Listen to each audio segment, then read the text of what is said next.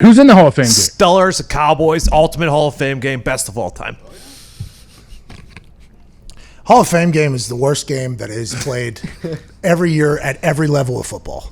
How about that? Until the Steelers and Cowboys square off. Oh, yeah.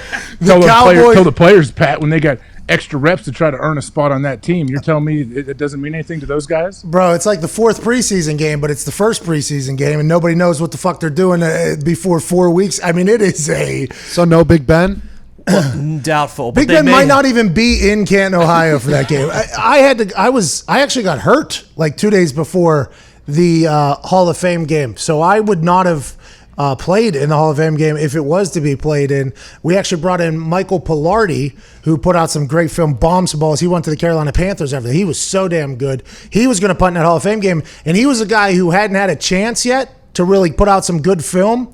So this Hall of Fame game was going to be massive for him because probably a lot of punting and everything like that. And I got hurt. He got in there, and I watched him in practice like the day before, murdering footballs. And I was like, holy shit. I know this general manager doesn't love me already now that I'm hurt. Well, they wouldn't cut me, would they? Would they potentially cut me? Maybe they would. And then my next thought was, well, we would compete against each other. And although he is hitting bombs, I feel pretty good about myself as well. So that was the whole thing. But then I thought to myself in the middle, how does this guy not have a fucking job in the NFL somewhere? Like, as I was watching him, I'm like, how is this guy not in the NFL? This is unbelievable. So that Hall of Fame game was going to be a chance for him to potentially live out his entire dreams. He'd been to like 4 or 5 teams, had not really gotten good film. So you're right. It is a good opportunity for people. But since it is an opportunity for people, I mean, they're probably not going to be as good as the people who, have made the team before, and that is just something that. Wait, did the game happen, or you're acting like it didn't happen?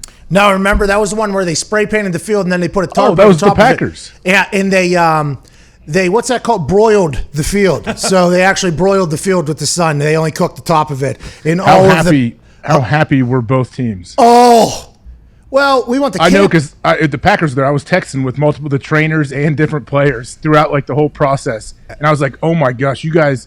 The game's going to get canceled? And they're like, yeah, we sure hope so. It was a shit show. But the thing was, you were already at camp for a week or whatever, right? So you already took a lot of the downside of the Hall of Fame game if you were a player.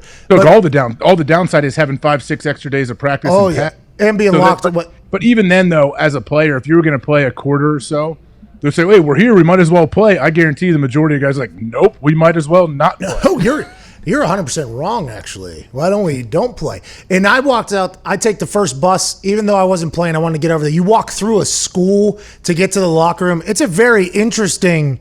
I mean, it's an interesting setup. It's a high school field. Yeah, and you walk through the high school, and you walk through like a science class out the back door, and then you walk down a hill, and then you get in your locker room. It's and the locker room's obviously undersized, especially for the entire roster being there because it's the first week at training camp. No cuts have happened. It was very interesting, but as soon as I got there, one of the trainers was like, Patty, and I was like, what's going on? Not going to play this fucking game. So his exact words, and I was like, why is that? He was like, oh, go out there. So I go out there, and I think Aaron was already out there, and Aaron was there, and we had, I think Vinatieri walked over to Aaron, and then GMs were out there, and all of these people, and they were just looking at the paint, and I just walked right over to where they were talking. I was like, oh, I want to see what's going on here. And I looked, and it was just a big glob of paint just stuck together in the middle of the field, and you saw, I forget who it was, but somebody I saw like gave an actual hand thing. It was like, yeah, we can't play football here, right? And then I think Aaron gave like, that does seem to be dangerous, like that type of thing or something of that nature. And then all the conversation just started echoing, right? Echoing through the trainers, through anybody that was there before the game. Media started hearing about it, then the entire locker room. And they didn't make the official decision until right before, I guess, full warm-ups were about to happen. And that massive dude, what was his name? The guy, the head of the Hall of Fame. Oh, Ed something? Dave something? Oh, this is bad on us. This is why we won't get an NFL job, AJ. David Baker. David Baker. Ed. Looks like an Ed. He does look like an Ed. He is a massive man. He comes into the locker room and gives this like impassioned speech about how it's not good enough for an NFL player to play on. The field is not good enough. He gave this whole speech about how we at the Hall of Fame respect and love the level of football that the NFL, like it was a great speech, but it was so hot, he was sweating through his suit. And we had already been told basically that the game wasn't happening. So he gave this great speech and there wasn't a lot of people paying attention or whatever.